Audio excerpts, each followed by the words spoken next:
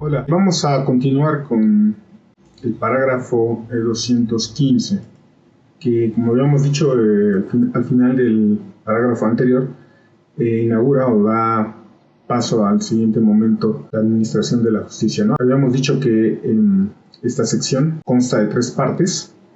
La primera, que es la que iba del parágrafo 211 al 214, correspondía a la parte A, que habla del derecho como puesto, como traspasado de la idea del derecho en sí a su propia existencia, pero en el momento de ponerlo, en el momento de determinarlo. Es decir, cómo se convierte, cómo pasa de derecho a ley, ¿no?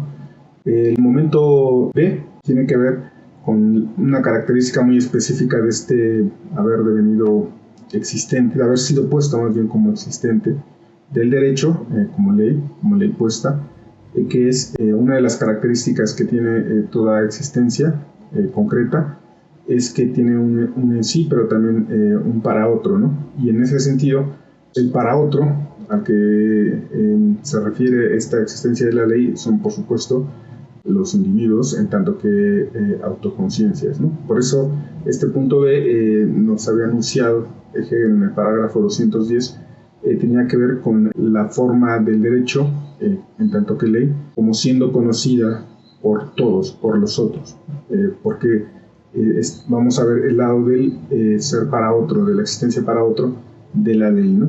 Entonces, un poco los parágrafos que vamos a ver a partir de ahora, 215 al 218, tienen que ver con esta característica, esta relación que tiene la ley, en tanto que derecho opuesto, con los otros, ¿no? El término que utiliza como existencia es el famoso Dasein, y es por eso que tiene ese carácter de ser en sí y ser para otros. Si quieren encontrar dónde Hegel trabaja esto, es en la ciencia de la lógica, en la primera parte. Trabaja las características de cómo comprende este seradí o esta existencia, en tanto que en sí y en tanto que para otro. Pero bueno, vamos ahora ya al cuerpo del texto del parágrafo 215. En realidad es muy sencillo lo que va a decir aquí.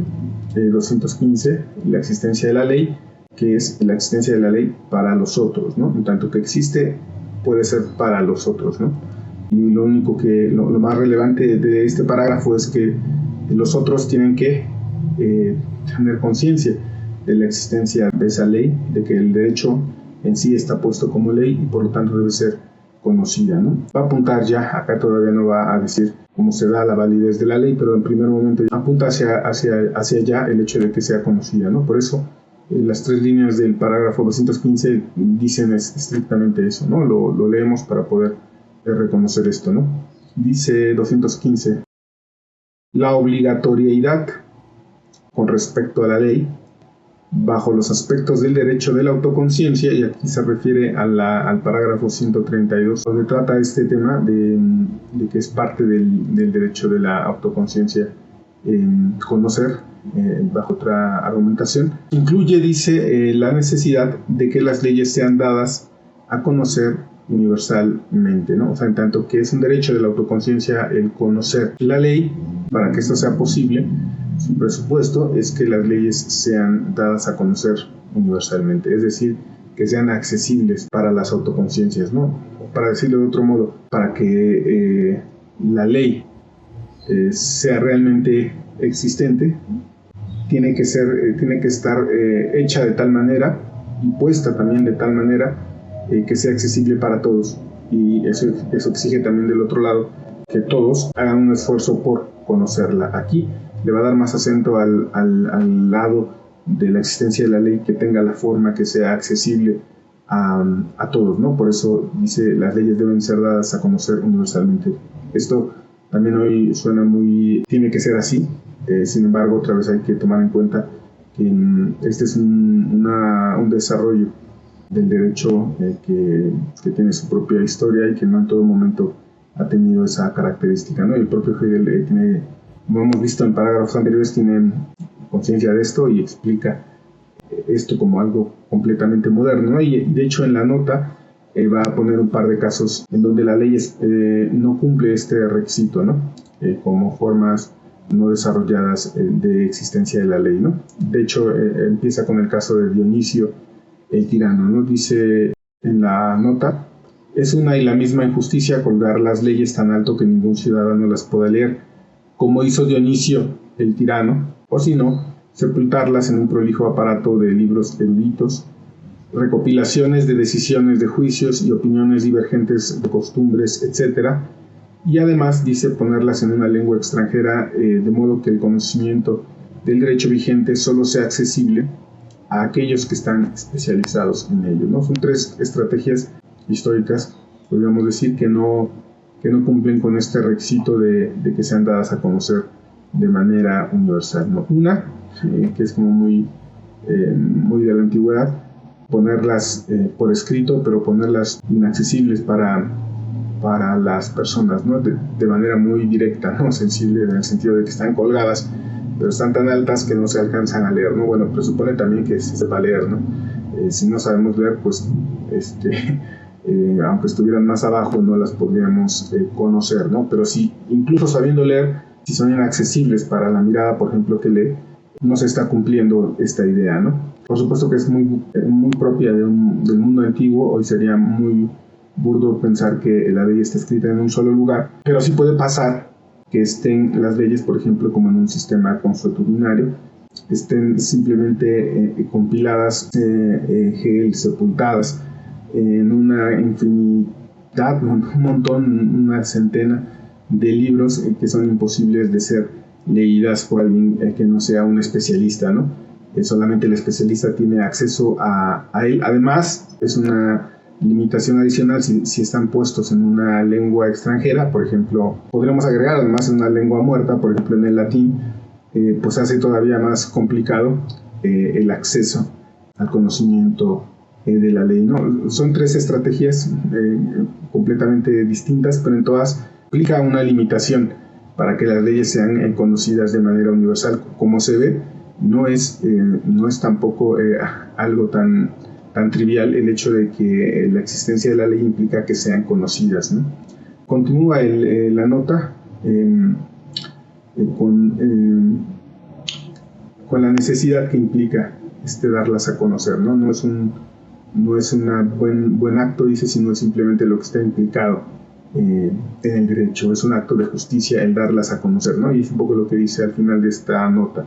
Los gobernantes, escribe, que han dado a sus pueblos, aunque no sea más que una recopilación informe, como Justiniano habíamos visto en el parágrafo anterior, que decía que no era la forma más desarrollada de poner en existencia las leyes, pero ya es un gran avance en la compilación de leyes de manera no sistemática. Pero bueno, ya es un avance, y dice por eso que importante, ya es una forma de hacer accesible al conocimiento de todos el hecho de que sea compilada, ¿no?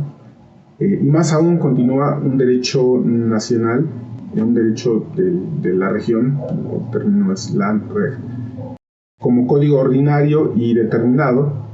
No solo se han convertido en los mayores benefactores de los mismos y han sido alabados por ellos con agradecimiento, sino que han ejercido un gran acto, dice, de justicia, ¿no? Que es lo que decíamos hace un momento, ¿no?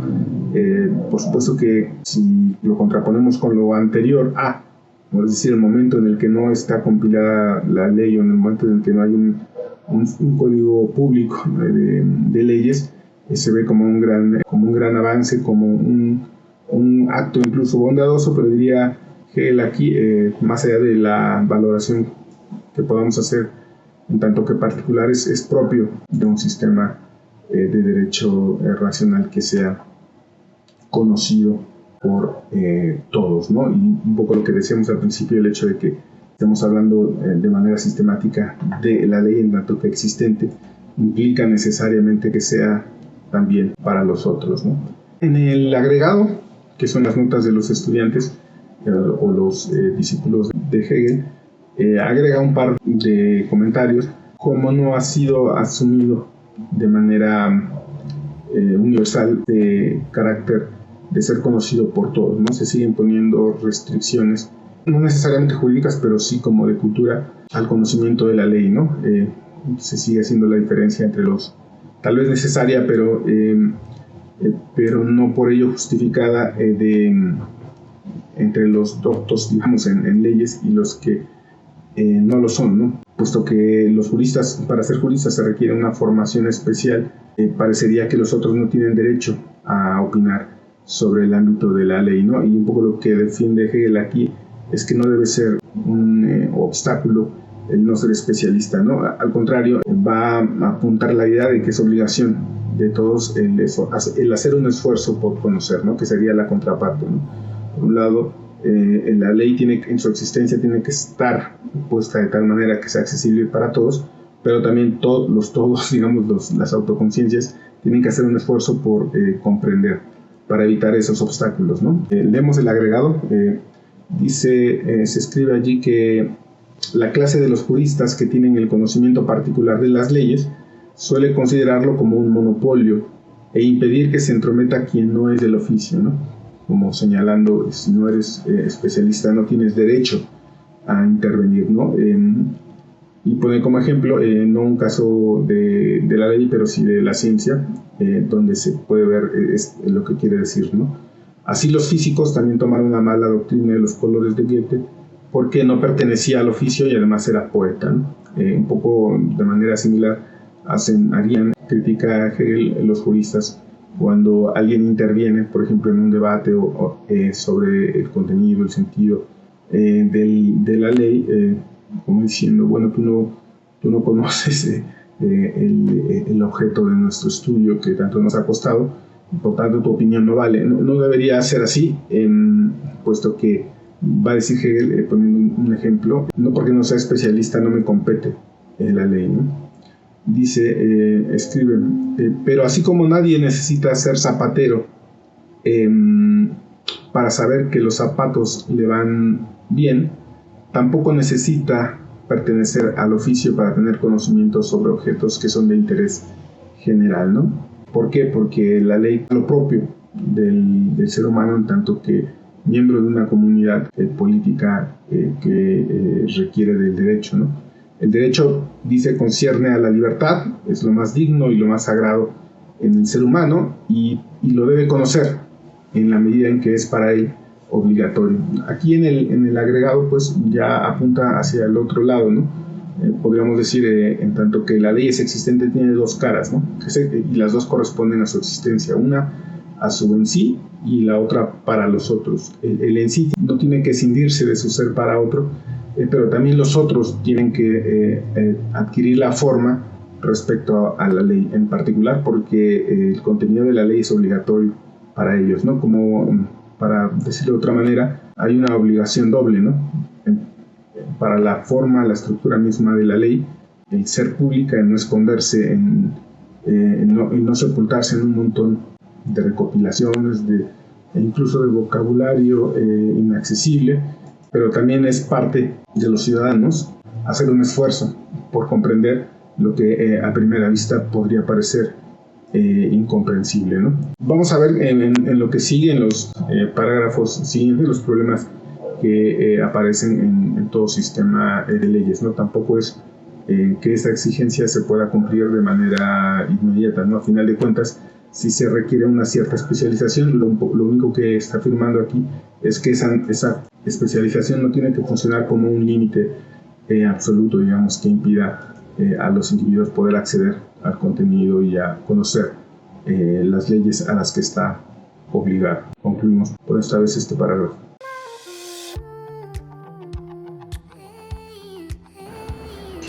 Escape to the genuine Mayan culture at Tulum, Mexico. Casa Bix Abil was inspired by ancient Mayans' way of life, originated in the 12th century. The name Bixabil means, how is your path in life? Those are the words used by Mayans people to say, today in modern culture, hello.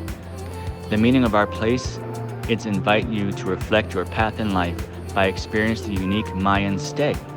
Live in a Bix Abil community, feel at home.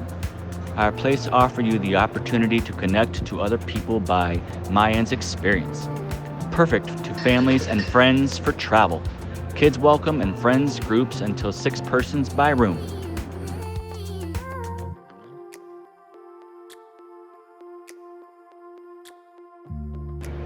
Enjoy our common amenities: community kitchen, breakfast area, rooftop bar, co-working area, restroom, free bikes, and a wonderful pool.